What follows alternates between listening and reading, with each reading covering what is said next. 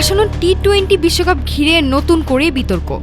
ভারতের ভেন্যুতে খেলতে আপত্তি জানিয়ে বিশ্বকাপ থেকে সরে দাঁড়িয়েছে বাংলাদেশ, আর এতে অসন্তোষ প্রকাশ করেছে পাকিস্তান। এমনকি টুর্নামেন্ট বয়কটের গুঞ্জনও শোনা যাচ্ছে।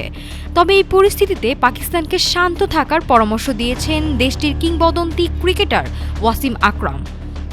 আইসিসির ঘোষিত নতুন সূচিতে বাংলাদেশের জায়গায় টি-20 বিশ্বকাপে খেলছে স্কটল্যান্ড। ভারতের ভেন্যুতে ম্যাচ খেলতে আপত্তি জানিয়ে টুর্নামেন্ট থেকে সরে দাঁড়ায় বাংলাদেশ দল। বাংলাদেশ বাদ পড়ায় ক্ষুব্ধ প্রতিক্রিয়া জানায় পাকিস্তান ক্রিকেট মহল। এমনকি পাকিস্তানও বিশ্বকাপ বয়কট করতে পারে এমন গুঞ্জন ছড়িয়ে পড়ে ক্রিকেট প্রাঙ্গণে। বাংলাদেশ খেলতে চায় না বলেই পাকিস্তান কেন বিশ্বকাপ বয়কটের কথা ভাববে? বাংলাদেশ পাকিস্তান ক্রিকেটের জন্য কি এমন করছে?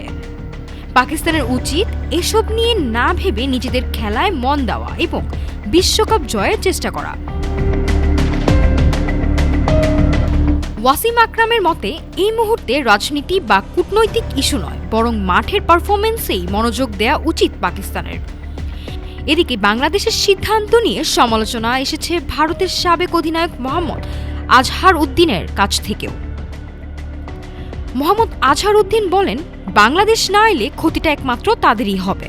ভারতের নিরাপত্তা নিয়ে কোনো সমস্যা নেই। অনেক আন্তর্জাতিক দল এখানে খেলছে, কেউ অভিযোগ করেনি। সব মিলিয়ে টি-20 বিশ্বকাপ শুরুর আগেই ক্রিকেট মাঠের বাইরে বাড়ছে উত্তাপ।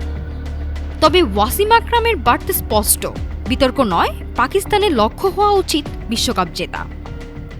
নাফিসা সামিয়া, ঢাকা টুডে।